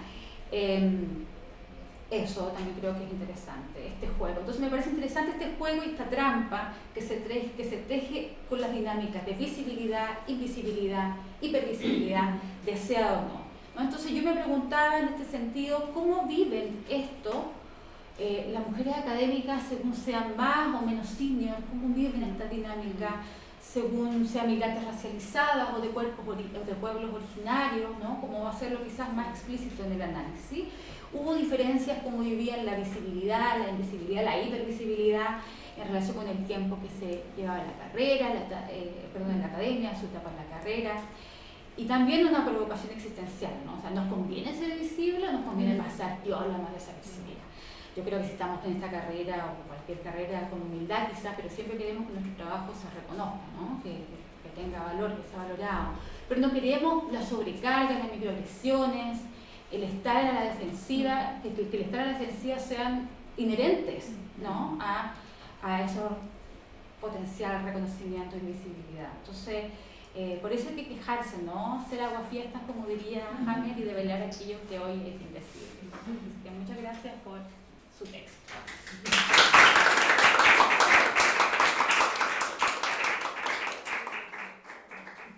Muchas gracias a las dos.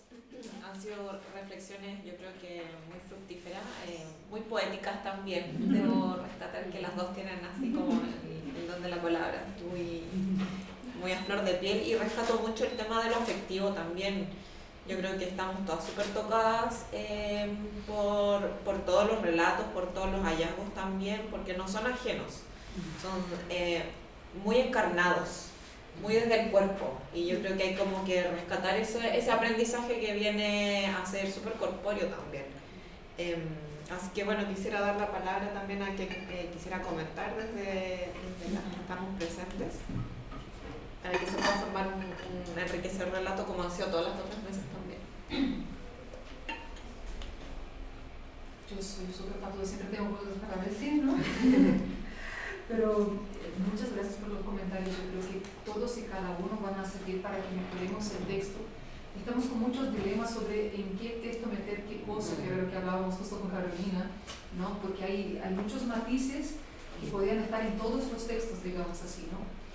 Quería comentar algo sobre la cuestión de la interseccionalidad. Nos está atormentando, porque en el texto que presentamos ayer, que es sobre los años de primera inserción laboral de las mujeres, esto ya es más las mujeres ya consolidadas en un cargo de trabajo, qué pasa con ellas cuando ya están en la planta, ¿no? Pero en el de inserción usamos una estrategia distinta, que fue no hablar de la interseccionalidad así como un apartado aparte, sino que hacer lo que sugería Fer, que era de meter la interseccionalidad en todos los apartados. Y las comentaristas, las dos, nos dijeron que hace falta explicitar la interseccionalidad porque aparece, pero ustedes no deberían ponerle un apartado aparte.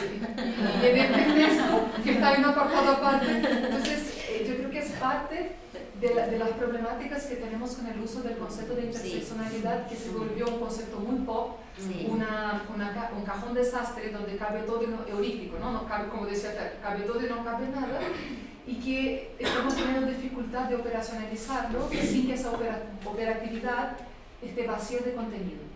Y yo creo que lo que nos ha quedado en estas dos discusiones es que hay que enunciar esa dificultad, porque no tenemos todavía solución para ella. Quizás al final del proyecto tengamos más ideas de cómo solucionar esto, porque lo vamos a ir sufriendo en todos los 4 estudios de caso, ¿no? Todos los comentarios de los 4 estudios de caso. pero creo que un buen aprendizaje sería enunciar esta dificultad. Y como eso va a ser un libro, decir, mira, no sabemos qué hacer con la interseccionalidad, hay capítulos en los cuales están en apartados apartes y capítulos en los cuales están a lo largo y no sabemos cómo hacer eso sin objetivar, cosificar, fetichizar el término.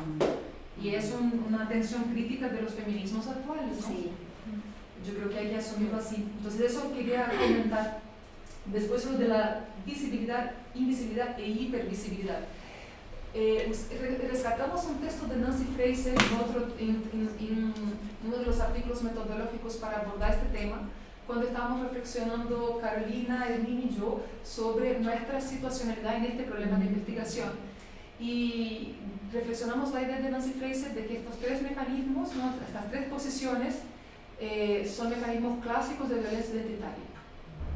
Visibilizar, invisibilizar e hipervisibilizar son mecanismos de violencia identitaria. Entonces pueden serlo o no serlo, ¿no? Pero por lo general operan así. Entonces yo creo que estaría interesante recuperar este debate en las conclusiones de este texto, ¿no? Para dar una más ontología a lo que Carolina está subrayando. Pero sí hay una vinculación directa entre la posibilidad de reconocimiento y distinción social de personas que están sufriendo estos etiquetajes, y me parece muy representativo del tipo de violencia en la academia, y quizás lo podemos diagnosticar así. El hecho de que estar transitando en estas tres posiciones es un síntoma o una indicación de un cuadro sistémico de violencia identitaria, ¿no? No lo había visto así hasta ahora, así que gracias por tu comentario, porque lo podemos vincular con lo que dice Nancy Fraser en estos debates que tiene ella sobre los límites del reconocimiento, ¿no? Y sí, sería genial poner eso en las conclusiones, así que gracias. Eso es lo que quería comentar, ¿no? Gracias. Hola, mi nombre es Rosario Urbana de la Universidad Frontera, y primero les quería agradecer a este super equipo Fondesit, porque la data que están generando es invaluable, así que agradecerle y también obviamente felicitarlas. Y voy a tomar una palabra que dijo Carolina sobre ser subversiva. Como me parece que ustedes como equipo están siendo subversivos al mostrar esta cantidad de productividad. Yo encontré que cuando yo voy a presentar en otra mesa que hay como paradojas y tensiones, pero ustedes están justamente mostrando lo opuesto. O sea, si alguien quería hacerlas callar, si alguien quería que ustedes estuvieran pulgando, si alguien quería que ustedes no producieran, están haciendo exactamente lo contrario. Tienen millones de mails, millones, estamos acá, así que felicitarlas en ese sentido. Y tengo una pregunta específica para Carolina. En tu presentación, cuando mostrar la muestra que la mayoría de estas académicas, que entendí que es el grupo de las consolidadas, a diferencia de otros artículos que son las que están ingresando, estas están consolidadas en sus pero están... Son todas la muestra. Toda la muestra, ya. Pero me llamó la atención esto que comentabas, que la mayoría tenía un trabajo complementario. Y me quedó la inquietud, ¿qué tipo de trabajo complementario era? ¿Si un trabajo académico similar en otra institución o consultorías, o definitivamente otro tipo de trabajo en otro rubro? Esa pregunta. Y la otra es,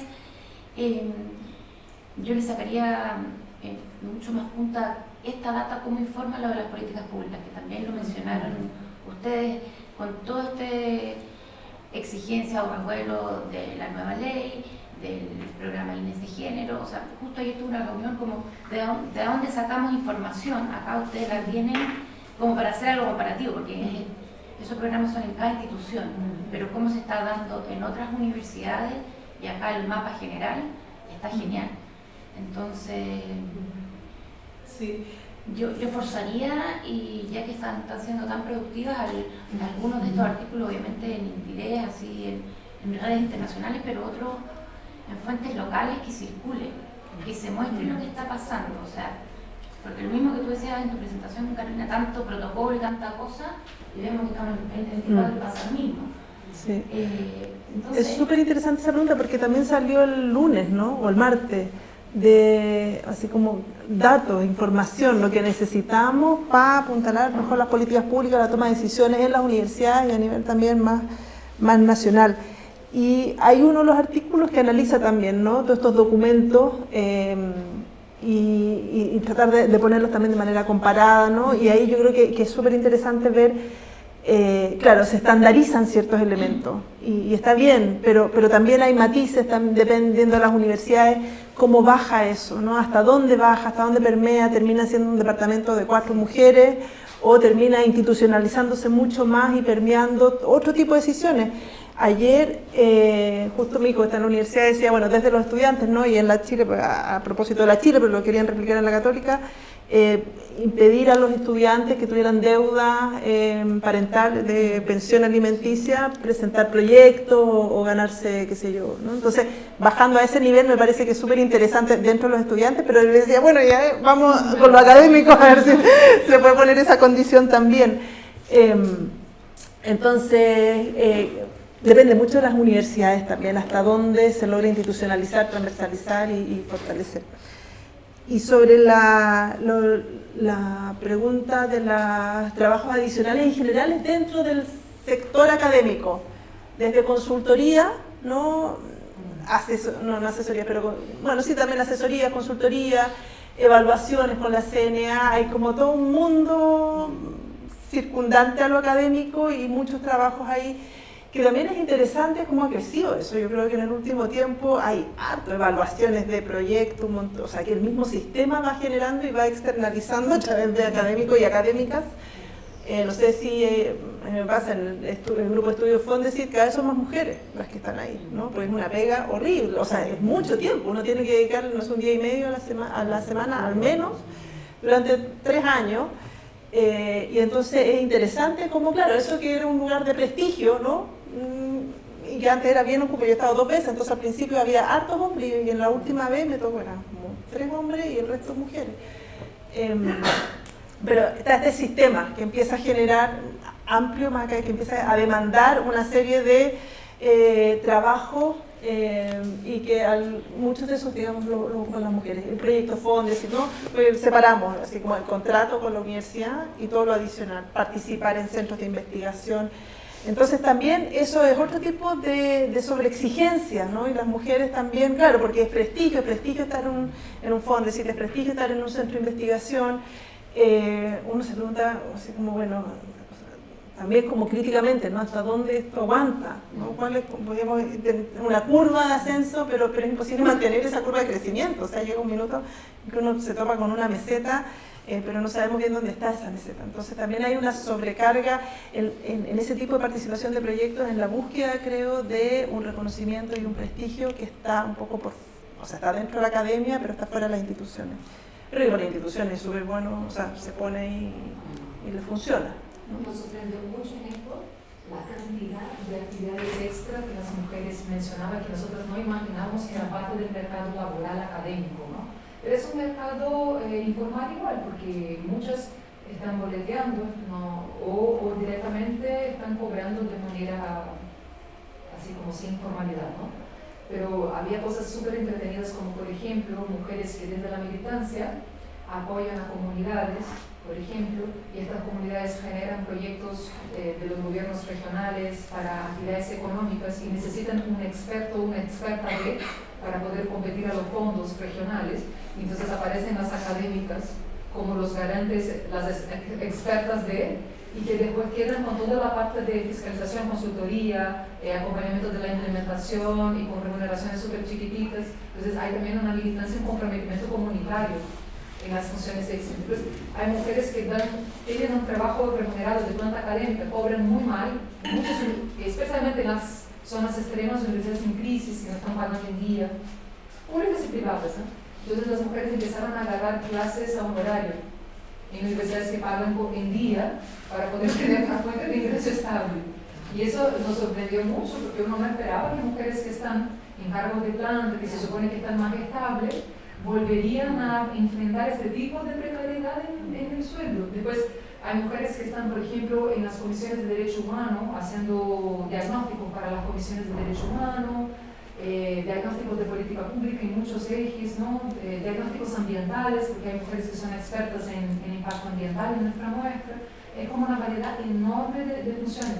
Y otras colegas que encontraron, por ejemplo, para poder tener puntos de afiliación institucional, están evaluando tesis de maestría y de doctorado en universidades internacionales que les remuneran por hacerlo, simbólicamente, igual. Entonces, una colega decía, claro, estoy con esto dando puntos del currículo internacionalizado, ¿no? Porque cuenta como actividad docente internacional, pero es un trabajo gigante y me pagan 10 euros por orientar una tesis de doctorado por año, ¿no? Entonces había colegas que estaban colaborando con universidades europeas e españolas especialmente. Y así un montón de actividades muy variadas, muy impresionante. Y no imaginamos que había este mercado B, digamos, para quienes están estables laboralmente. Entonces la estabilidad no es parte de lo que discutimos ayer. La inserción no es que te insertaste y tal. Es como lleno de idas y venidas de procesos, altibajos, y es mucho menos estable de lo que nosotros imaginamos. Esto es terrible. Nuestra imaginación es tan clara y un imaginario de estabilidad que no es tal para nada. Y no somos conscientes de eso. Es tremendo. Ahora, va cambiando también, ¿no? Esa estabilidad probablemente, o sea, son las transformaciones del mercado laboral también, ¿no?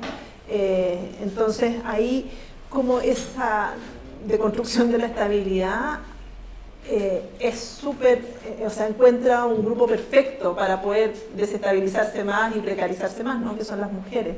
Entonces, está ahí lo que decías tú, bueno, cuál es como el cuadro más macro, ¿no? O sea, un sistema neoliberal que requiere a estas mujeres que se inserten de determinada manera bajo ciertas condiciones, porque es la única manera de seguir precarizando. Las universidades hoy día viven, o sea, el pregrado es fundamental para todas las universidades, y son las mujeres las que sostienen los pregrados, ¿no? Pero eso no tiene prestigio. El prestigio está en este grupo chiquito de investigadores que logran publicar. Pero si uno fuera más, o sea, quisiera ser más sincera, ahí es estar, ¿no?, en lo que sostiene el sistema universitario académico hoy día. Yo quería comentar que, bueno, se ha bromeado mucho como que van a leer 4 gatos y Lisa 6, y que, bueno, ojalá que no sea así, no, en realidad no creo que sea así, pero pensaba en que una súper buena manera de asegurar la lectura es poner que las docentes o los docentes pongan estos artículos como lectura obligatoria en cursos, ¿no? De pregrado y de posgrado. Y si este posgrado además tiene el beneficio de que esas son personas que ya están escribiendo, que quizás también van a publicar, luego se producen estos cross-references. Y hace poco leía un protocolo de una universidad privada en Santiago que ponía que cada 5 citas de un artículo se pagaba un bono y cada 10 citas se pagaba un nuevo bono. Después le puedo dar el dato. Sí. Entonces que eso también es interesante, o sea, ya bueno, muy bien el conocimiento, pero también está bien cobrar por eso, ¿no? Y el segundo comentario que quería hacer era pensando, quizás un poco estrambótica la idea, pero pensando en el tema de la interseccionalidad y como de tratar de operacionalizarlo, pensaba que cuando se habla de la interseccionalidad, en el fondo muchas veces teóricamente se dice esta situación se produce porque tal y tal, pero creo que el contraste más significativo es con hombres blancos en la academia. Pensaba, yo sé que ya han hecho miles de entrevistas, pero que quizás se podrían hacer algunas pocas entrevistas con hombres académicos y mostrar cómo todas estas cosas no les afectan a ellos, ¿no? No se tienen que preocupar del cuidado, no se tienen que preocupar de si llegaron medio sudados a la entrevista, a la reunión, todas esas pequeñas cosas que son a veces invisibles y básicas y que están en este espacio tan difuso, que eran quizás más claras si uno puede como contrastar con todo lo que no le pasa a los hombres en la academia. Ahí es interesante, justo en eso, ¿no? En otro proyecto que estamos con Denise, que vino ayer, y con María Luisa Méndez, sobre desigualdad, desigualdades, trayectorias, en fin, pero es impresionante. Estamos trabajando con trayectorias de vida también en experiencias de movilidad ascendente y gente que ha logrado como un poco cruzar la barrera, ¿no? Como el 10%. Y en las trayectorias de los hombres no hay una pregunta que induzca a cuénteme su vida, sus hijos, cómo afectaron su trayectoria. En las entrevistas de los hombres, ninguno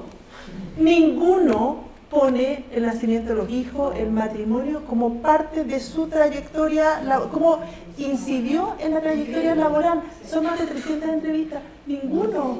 Impresionante. Y las mujeres, sin hacer la pregunta directa, las mujeres van contando su trayectoria laboral y van enganchando los hijos, los cuidados, la separación. Es increíble. Entonces, claro, cuando uno ve la historia de los hombres, es otra película. O sea, eso también pensaba algo, porque ya existe material que se puede usar como referencia y no hay necesidad de hacer la herramienta. Pero sería muy interesante intentar aplicar el guión que tanto trabaja el costo laboral a un hombre académico, a ver si tiene sentido siquiera. Entonces sería genial, yo creo que saldrían cosas interesantísimas. Ahí en el texto que presentaron Hermina y Eleonora se daba un poco cuenta de esto, porque hay estudios previos que lo han hecho y muestran precisamente esto, cómo cuando se entrevistan los hombres la trayectoria familiar nunca aparece y la trayectoria femenina está imbricada totalmente, ¿no? Entonces hay como unos 2 o 3 estudios que lo muestran claramente y que lo han contrastado. Yo creo que por ahí por ahora podemos hacer el contraste con este, pero creo que es un próximo fondo, ¿sí? Ver el otro lado de la luna, ¿no? The That Side of the Moon. Claro, entrevistar a los hombres y ver qué pasa con esto. Pero por suerte hay bastantes estudios, ¿no? Aunque podemos usar como la referencia de los estudios previos, ¿no? Ahí parece que sí. No, es que justo estaba yo ahora mismo, lo que decía Andrea me interpeló mucho porque estaba escribiéndole a la señora que trabaja en casa justo lo que tiene que estar haciendo, pero claro, me lo están preguntando a mí, no se lo están preguntando a mi pareja. Y además lo estoy sintiendo mal porque estoy desconectando un poco, ¿no? En el fondo, claro, tengo que responder para gestionar el cuidado doméstico en la casa, pero estoy desconectando de la sesión, a veces a ratito, entonces claro, me sentí como muy movida por eso. Y lo otro que quería decir con respecto a lo de la hipervisibilización, ¿no, Carolina? Que claro, nosotras, no sé si te acuerdas, cuando estábamos haciendo algunas de las entrevistas, una de las mujeres nos dijo, porque nosotros decíamos, es que nosotras tratamos de pasar desapercibidas, ¿no? Y nos devolvieron, pero si vosotras sois muy visibles, ¿no? Porque tenéis mucha productividad, tenéis mucha tal, pero nuestra percepción de nosotras en el espacio académico es justamente que estamos haciendo lo contrario. Pero quizás los que nos están viendo también sois vosotras, ¿no? Que justamente es lo que dice también Rosario, ¿no? Estamos muy visibles, pero algunas personas sí nos ven y algunas personas no nos quieren ver, ¿no? O sea, entonces eso es bien complejo y también me parece súper interesante ponerlo en los artículos que estamos trayendo. Sí, puedo dar un testimonio que yo creo que es muy bueno del equipo, porque en la pandemia nos sobrecargamos muchísimo en la dirección, porque teníamos 3 proyectos fondos regulares entre las 3, cada una dirigía uno y las otras éramos co-investigadoras. Y fue un caos sostener esto en pandemia con las actividades de docencia, con todo lo que y los cuidados familiares. Y estuvimos las 3 por diferentes razones en niveles de estrés y sobrecarga brutales, ¿no? Cada una con una dimensión de cuidado distinta, ¿no? Yo hacia mi papá, Carolina hacia los hijos, Herminia con problemas de salud importantes, después con la maternidad también. Fue muy desgastante. Y tuvimos una productividad elevada no porque quisiéramos, sino porque para que nadie de nuestros asistentes, chicos y chicas, perdieran su trabajo, redimensionamos todo lo que había que hacer en los proyectos fondos y pusimos productos realizables sin trabajo de campo, porque se suspendieron todas las actividades de nuestro proyecto, todo antropológico, todo sociológico en terreno. Entonces sacamos un montón de textos analíticos de estado del arte y producimos mucho, pero producimos mucho porque estábamos haciendo documentos para que nadie perdiera el trabajo, ¿no?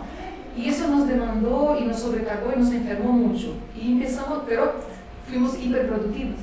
Pero no era un deseo nuestro, era para salvar el equipo, en realidad, y que nadie perdiera el trabajo. Y lo que sucedió fue que empezamos a tener ataques en nuestras universidades porque se empezó a visibilizar nuestra hiperproductividad, que era una salvación de equipo, y la gente empezó a molestarse porque estábamos muy productivas y entonces empezaron a atacarnos, cerrarnos espacio, no, a esta no le pongas en esta comisión porque mírate, no sé qué, no sé qué. Entonces todo un ataque por una hipervisibilidad que no habíamos deseado, que era una sobreexigencia para nosotros y que era una forma de permitir que jóvenes investigadores e investigadoras no estuvieran desempleados en un periodo en que no iban a conseguir otro trabajo. Entonces nos sentimos maltratadas en este periodo, así que fue horrible y yo como que estaba muy con miedo porque realmente sufrimos ataques feos, así como despiadados, y decidimos adoptar una política de invisibilidad absoluta.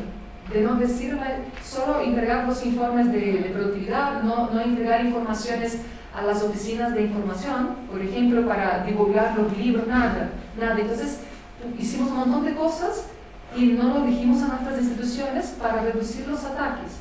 Entonces, y ahí estuvimos un poco más en paz hasta el final de la pandemia y estábamos así súper tranquilos de que nadie nos molestaba, pero no, para las instituciones no existíamos, no estábamos haciendo nada, ¿no? Los tecnócratas que medían nuestra productividad sabíamos que estábamos bien y nuestros jefes también, y en cierto sentido nuestros jefes hombres agradecieron nuestra visibilidad porque no les amenazábamos y se quedaron bien de buena onda con nosotros.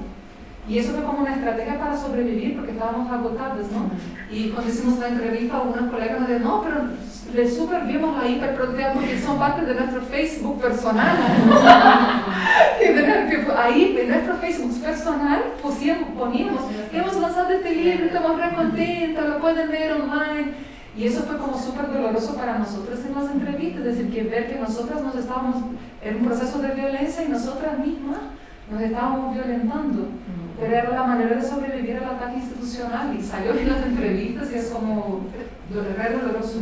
No, que me interpela mucho lo que están diciendo ambas, ¿no? Y lo que decía de este doblez de previsibilidad, porque también el propio dispositivo universitario, la academia nos empuja a esa hipervisibilidad en términos académicos. Hay que producir, hay que publicar, hay que hacer columnas de opinión porque eso le da visibilidad a la institución. ¿No? Hay que estar en los debates públicos, hay que hacer seminarios, hay que hacer un montón de cosas para mostrarse. También es también una parte del mecanismo académico neoliberal, ¿no? Porque casi que somos como digamos, mecanismo de publicidad de las universidades también. Entonces hay ahí, claro, hay un encuentro. Porque te obligan a hacerlo y cuando lo haces muy bien y todas las áreas te atacan porque haces.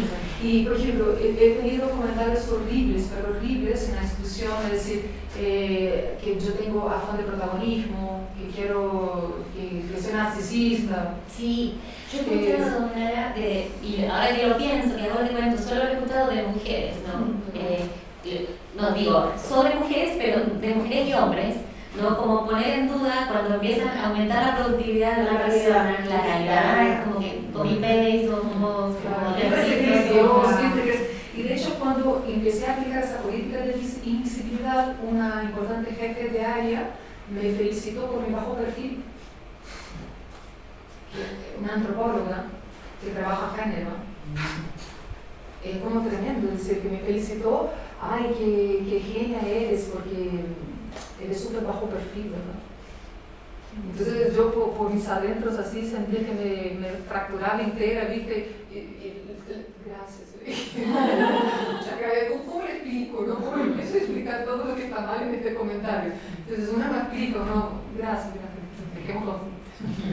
¿Yo no quería decir algo, no? Es que era justo lo que había dicho Menara, que me pasó a una amiga mía, que ella se fue de un departamento y la seguían utilizando como el marcador de la productividad, como para elevar la productividad de ese departamento. A pesar de que ella se fue como porque no la trataron bien en ese departamento, porque efectivamente pasa como mucho, porque claro, hay una contradicción ahí entre que como que hay una crítica fuerte y a la vez es súper útil porque después aparece como súper bonito el signo más de la facultad de, no sé, Derecho, la facultad de Ciencias Políticas. Social.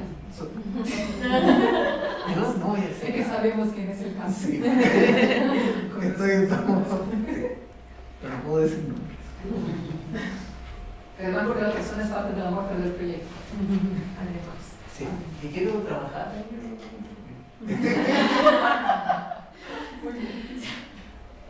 ¿Alguien más quisiera comentar algo, compartir alguna experiencia también?